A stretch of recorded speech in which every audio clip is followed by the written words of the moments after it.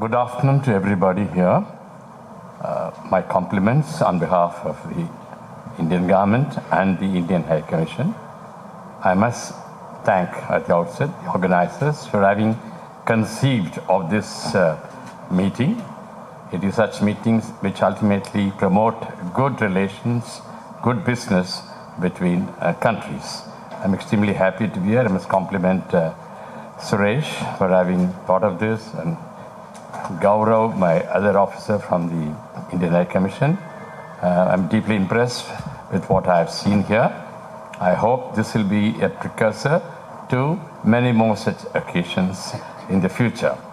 I believe we in government, in India as the government is presently organized, we believe in transparency, exchange of information, exchange of communication. Gone are the days when governments used to operate in secrecy, in confidentiality, and not sharing enough information.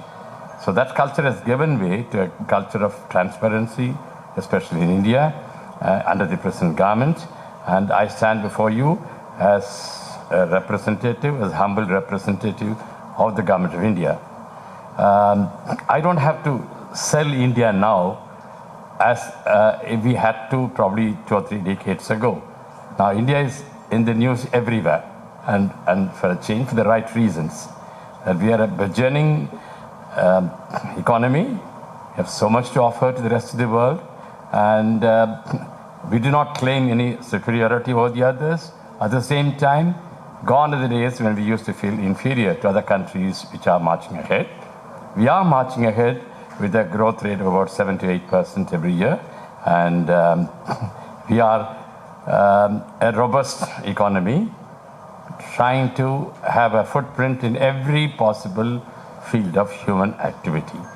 So these businesses, these conferences help us to communicate what's happening in India. First and foremost, I would like to mention is the present government's determination, resolution to make things easier for a foreign entrepreneur coming to India to invest. What is known as the ease of doing business in India. This has grown phenomenally in the past 3 or 4 years. When you step into India, you feel you're welcome, which is possibly not the case a few decades ago. So in terms of hospitality, in terms of an openness to discuss across the table, we have gone very far, and we're almost on par with every other Western economy, which has already marched ahead of us. But we feel that we can catch up with any economy in the world and do business on a footing of equality. So that's the first thing. This explains the phenomenal inflow of foreign direct investment into our country. The way the present government has eased norms for a foreign entrepreneur to invest in India, this is amazing. It is not mere propaganda, it's not mere glib talk. On the ground, it has taken off in the form of regulations which permit foreign direct investors to invest for the benefit, for the mutual benefit, for the benefit of the investor and for the benefit of India. So this, if you go into the websites of ministries in India, you would find how much foreign direct investment has happened in the past. It's a phenomenal growth. I do not want to burden you with statistics. There is so much of information available on the web. So this is the first thing I would like to. So that should give you confidence, enormous confidence in the ability of the country to attract people. A number of regulatory and policy issues facing the businesses and companies have been tackled headlong, and we have worked sincerely in building up investor confidence. And then the Make in India slogan. It is no longer a slogan. A lot of people, entrepreneurs from different parts of the world, have now come to India, gone by what the Prime Ministers, our dynamic Prime Ministers appeal.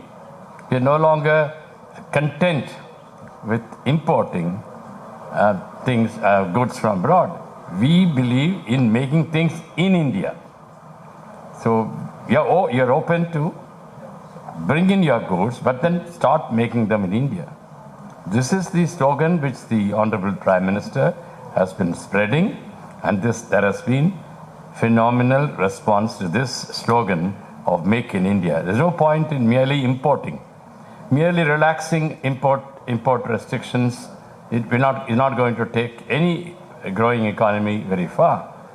We should encourage domestic manufacture of all possible equipment, including aircraft, including other defense equipment. We want to stand on our own legs. Yes, we'll facilitate you coming in and making whatever you have already been manufacturing, you come and make them in India, but without any loss to you. We will encourage, we'll be assured of certain percentage of return for what you do in India, but then try to do them in India instead of bringing it all the way from your country. And the most important aspect of the Indian picture in the past 15-20 years is the growth in the IT sector, information technology. We have got some amazing corporations, for one of whom I worked until I came here in Cyprus last year. I was working for the Tata Consultancy Services, which is part of the Tata Group, which sells the brand name of Jaguar in UK. I'm told about 50% of the cars on London roads are now Jaguars.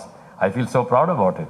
So Jaguar and Land Rover, JLR as they call it, and Tatas who used to make world-class trucks, commercial trucks. So they are now, they already had a car business, but then what they're doing in England is amazing.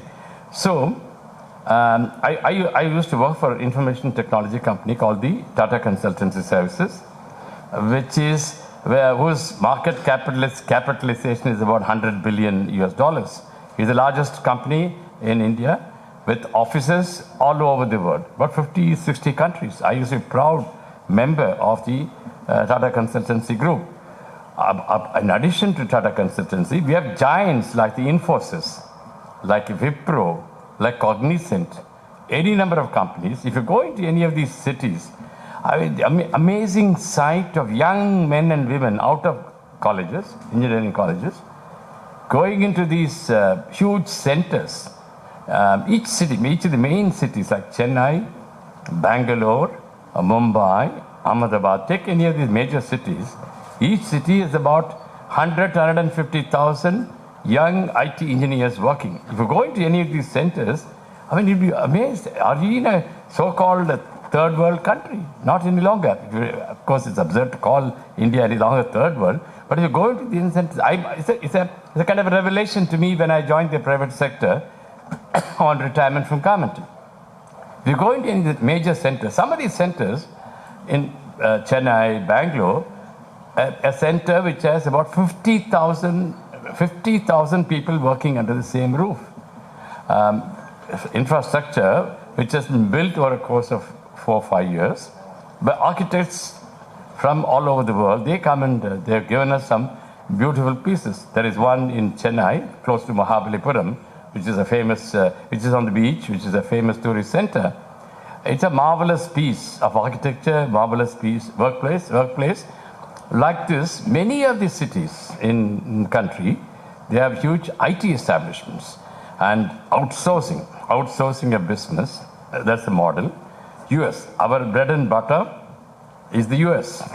In spite of all protestations about India taking away a lot of business from countries like US, we are a marvel as far as IT technology is concerned, because the number of engineering institutions which exist in India are mind-boggling. There are about 1,000 engineering colleges, and the highest in that infrastructure and the hierarchy is the so-called Indian Institutes of Technology, IIT. It's a world name, whose alumni come out of a very stiff competition, and they do. So they come through a stiff competition, and then they pass out Many of them go into the IT companies, but we lose many of them to Stanford or MIT, name it. So they go there, and then they are applied to the nation. Now, for example, Google is headed by an Indian called Mr. Pichai, and then Microsoft, Mr. Nadella. I can name any number of companies. We're also proud of the chief of PepsiCo. You name any industry in the US, Indian entrepreneurs, Indian engineers, technologists, they go there. And many of them stay behind also. There are about each city, like Chennai, or Bombay, or Chennai and Bangalore, they have about 200 to 300,000 engineers working on any day. That's mind-boggling. I'm not trying to impress you with figures. That shows the strength of the Indian economy. It's the intellectual content of the technological capacity of India. So these engineers are available to the entire world. They're not stuck in India. They move around, and then the kind of travel which they do. I myself travel the length and breadth of the world thanks to my employment with the TCS until last year. So the IT strength, because they do marvelous work, IT outsourcing, which has been done, and so India can, any piece of problem of your work, of your factory or other establishments, you outsource them to India, and they are able to devise solutions in no time. Then about medical, we have a new expression. I'm not exactly happy with that expression, medical tourism, which means people wanting healthcare treatments, they go to India. There are amazing hospitals which perform who give you medical services like surgery or anything you name it, the wide spectrum of medical services which are available in India. Why you should prefer them? Because for two counts. One, the speed with which you receive. For example, UK, if you want a transplant or a surgery, orthopedic surgery, you have to wait in a queue about 6 months or 1 year, by which time the patient will collapse, he may not be around to receive this treatment. Whereas in India, you go there, within a fortnight, you will get the surgery done, and you can go back to your country fit and proper.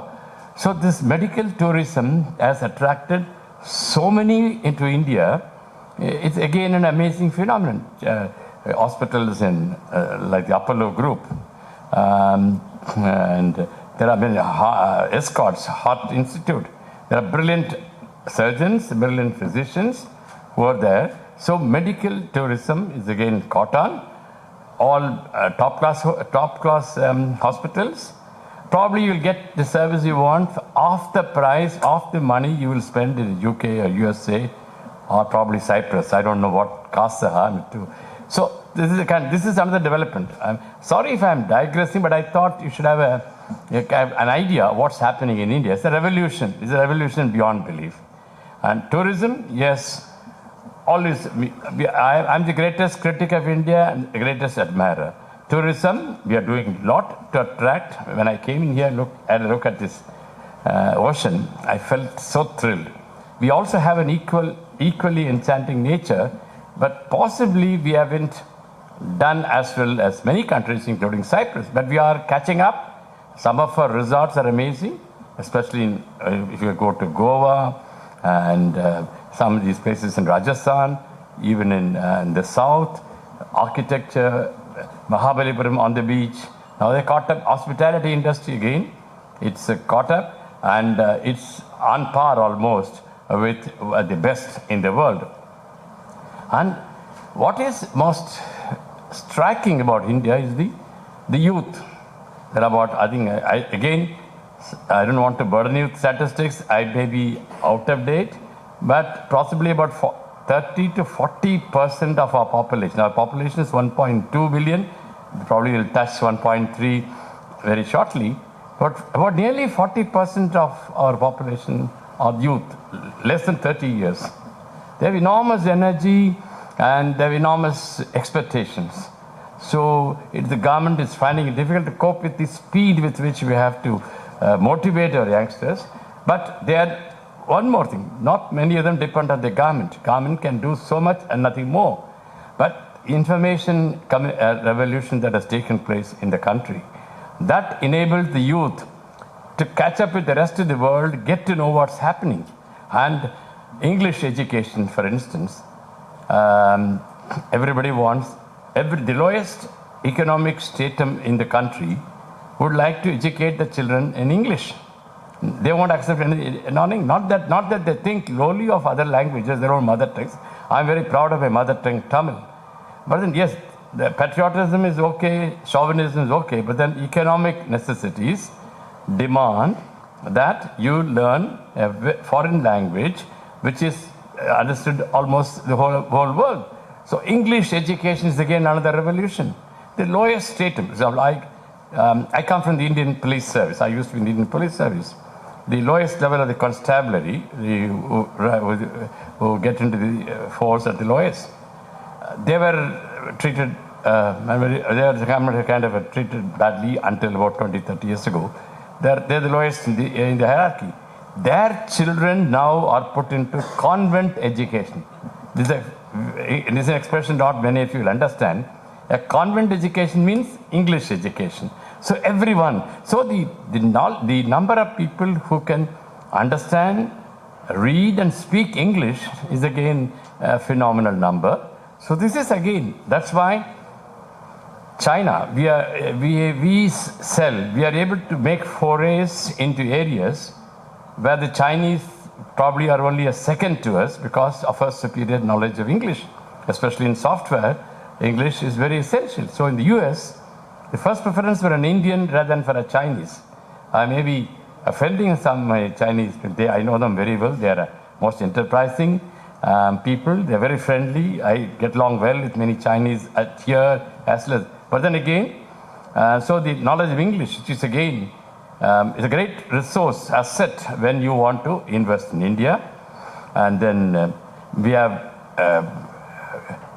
the cell phone revolution. This I think I should pause for a moment or two.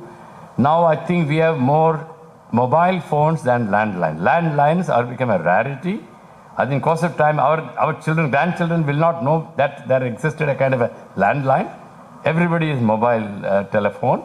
And I understand mobile phones have exceeded landlines by several percentage. And the cell phone revolution, the remotest village, as you can have a cell telephone, and the average villager who may not have gone to school or college, but he can handle a cell telephone with great dexterity. Same way, many of them speak about Skype, Android, things, expression which I wouldn't have known until about 10 years ago. This again in the villages.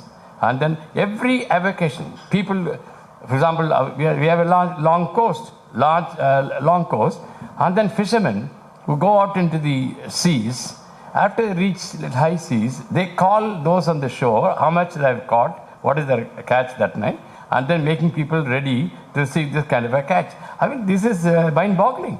So cell telephone, that's again, the network is amazing. And then satellite TV, we have what, I suppose you know that we have about 18 official languages. Don't quote my figure, it must be somewhere around. 18 official languages and so many other dialects. And then there is the TV channel, the kind of expansion is again unbelievable. Each language, particularly languages in the south, each language is about 100 TV channels. I'm not exaggerating, you can check for yourself. That spreads education. The newscast, news channels, they're amazing. They borrow a lot from the West. Channels, communication. I'm on this point of communication, cell telephone, and then this one, TV channels, and the network of roads, which is very important. And north, south, east, west. We call golden quadrilateral. Golden. So this is north, south is about north, south will be about 2,000 miles, and east, west about 1,500 miles. From Kashmir to Kanyakumari and from Bombay to Calcutta, we have built roads. The roads were a shame until about 10 years ago. Now if you go into those highways, which is on par with those in the best in the world. This again, which facilitates business. Why I'm highlighting all this is that you will never miss the infrastructure which you are used to in the Western world. I would like to end by saying that you're most welcome. Anybody wants to invest. It is not mere words.